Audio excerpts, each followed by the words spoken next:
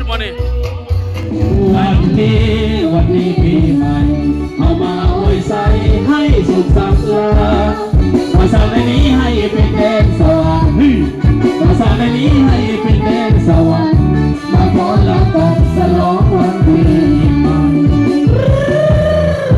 เนี่ยเมื่อยลำคนดีเด้อย่าพามาเด้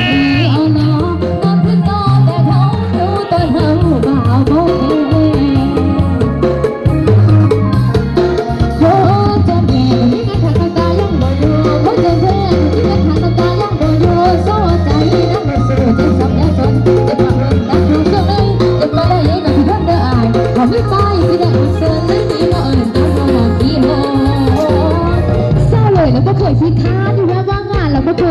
ยส่งเลยเคยอุ้มมัดตาเราให้แล้วหน้ามาอุ้มแข่งกันเลยสาวสีดอกเทอายแล้วเขาโตตำลาดูหาข่าวขา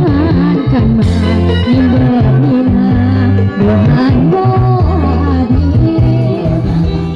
เสมอยามสามเสียงรักอยากเห็นตัวเลย